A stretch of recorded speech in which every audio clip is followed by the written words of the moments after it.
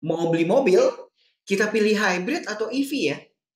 Sekarang pada kali ini kita akan membahas bagaimana penjualan ataupun performance di market atau di pasar otomotif untuk mobil-mobil hybrid. Sekarang pelanggan di Indonesia memiliki pilihan mau langsung BEV, Battery Electric Vehicle full atau hybrid yang ada kombinasi antara mesin ICE, internal combustion engine, and electric vehicle. Gimana ya performa jualan mobil hybrid? Model-model mana yang akan menjadi top selling model di pasar mobil hybrid? Bersama Andrea Autopage, mari kita perhatikan Indonesian Hybrid Vehicle Market Movement and Analysis. Elektrifikasi menjadi suatu hal yang penting ataupun menjadi suatu hal yang fenomenal dan diperhatikan di pasar otomotif di Indonesia. Sekarang bagaimana dengan mobil hybrid itu sendiri, teman-teman? Nah, kalau kita lihat pergerakan mobil hybrid dari tahun 2020, 2021, memang peningkatannya cukup eksponensial atau meningkat 100% lebih setiap tahunnya, kawan-kawan. Namun yang kita mau perhatikan adalah penjualannya nggak terlalu besar dari market yang 1 jutaan. Kalau kita lihat hybrid di sini, dengan model-model yang tersedia di tahun 2022, belum adanya Innova Zenith, ini membuat market ini hanya punya komposisi yang kecil sekali. Kalau marketnya 1 juta, 5.000 sales, teman-teman, itu berarti marketnya kalau kita perhatikan kurang dari 1% market share-nya.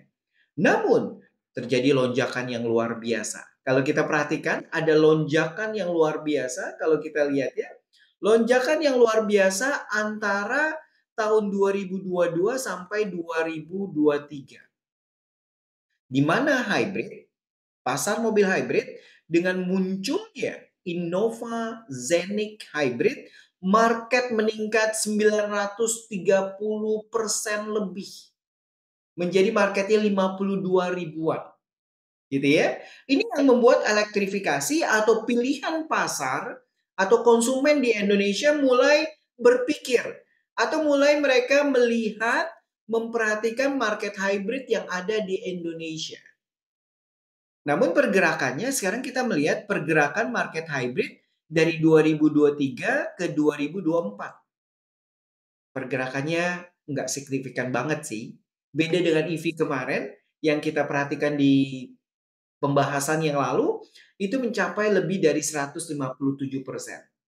Hybrid menjual masih di penjualannya meningkat 33,6%. Jadi menarik ya, pasar hybrid cukup besar dan dia punya komposisi kurang lebih teman-teman kalau kita perhatikan, kalau kita lihat di sini, pasar hybrid dia bisa mencapai kontribusi market composition atau market share dari total year to date market 508.000 market di otomotif, hybrid menjual 29 ribuan. Hybrid menjual 29 ribu, hampir 30 ribu, contributionnya 5,8% dari total market hybrid di Indonesia. Cukup menarik ya. Jadi tadinya di bawah 1%, meningkat dari 2023, hybrid mulai dicari nih di pasar. Pelanggan mulai melihat mobil yang ekonomis, irit bahan bakar, tapi nggak pusing ngecas, mungkin gitu ya. Ini yang menjadi pilihan alternatif dari masyarakat di Indonesia dan pilihan model dengan brandnya Toyota, adanya Innova Zenith, ini membuat hybrid menjadi sesuatu yang dicari. Gitu ya. Ini yang membuat Indonesia atau masyarakat atau pelanggan di Indonesia mencari mobil hybrid yang ada. Sekarang kita perhatikan model-model yang ada di Indonesia. Jadi kalau pilih mobil hybrid, model mana yang paling laku sesuai dengan harga ataupun cost yang ada. Kita akan bahas selanjutnya, teman-teman. Nah, ini yang menarik kawan-kawan. Innova Zenith Hybrid itu menguasai hampir 2 kali lipatnya, 2 kali besarnya dari nomor 2-nya. Jadi merajai pasar hybrid adalah Toyota. Kalau kita perhatikan menariknya pasar hybrid, semuanya Japan, gitu ya. Semuanya Jepang, teman-teman, yang ada. Ini kita melihat pasar ini dikuasai oleh teknologi dari brand-brand atau merek-merek Jepang. Tapi yang kita mau lihat top selling hybrid model di Indonesia itu terbesar ada di Innova Zenith, kawan-kawan. Dengan pilihannya, kekuatan mereknya, Innova Zenith berhasil mendongkrak ataupun mendobrak dan meningkatkan pasar otomotif mobil hybrid di Indonesia yang tadinya ya kurang lebih hanya 1 atau di bawah 2%, jadi itu lebih besar. Jadi Innova Zenith dengan fiturnya, kegagahannya gitu ya, dan brandnya dengan kijang Innovanya itu masih melekat rupanya masih melekat di pasar otomotif di Indonesia, pelanggan di Indonesia. Jadi Toyota strategi ini menampilkan Innova Zenith sebagai pilihan mobil hybrid. Sekarang nomor 2 rupanya adalah Suzuki XL7 Hybrid dengan 5.671. Ini tawaran ataupun Suzuki memberikan dengan teknologi mild hybridnya dan juga ketangguhan mesin dari Suzuki, ini membuat Suzuki menjadi nomor 2 dan nomor 3, bahkan mengalahkan Toyota Yaris Cross Hybrid. Jadi Yaris dengan tidak gitu terkenalnya atau tidak terlalu populer modelnya berhasil menduduki nomor 4. Lalu Honda HR-V Hybrid harganya cukup tinggi ya, cukup mahal, tapi juga karena brand Honda-nya yang cukup kuat, ini membuat Honda ini berhasil menduduki nomor 5. Nah, di merek-merek premium kalau kita perhatikan teman-teman, di merek-merek premium ini semua Toyota, ada Lexus gitu ya, yang menawarkan efisiensi, teknologi baru dari engine ICE model gitu ya, yang combine antara hybrid dengan EV. Tapi kita perlu perhatikan ini adalah composition top selling HEV, hybrid electric vehicle selling model. Sekarang kita mau lihat bagaimana nanti kita perhatikan terkait dengan kalau kita perhatikan teman-teman, bagaimana dengan komposisi pricing-nya nih. Nah, ini yang menarik untuk kita bisa lihat kawan-kawannya dari pricing yang ada.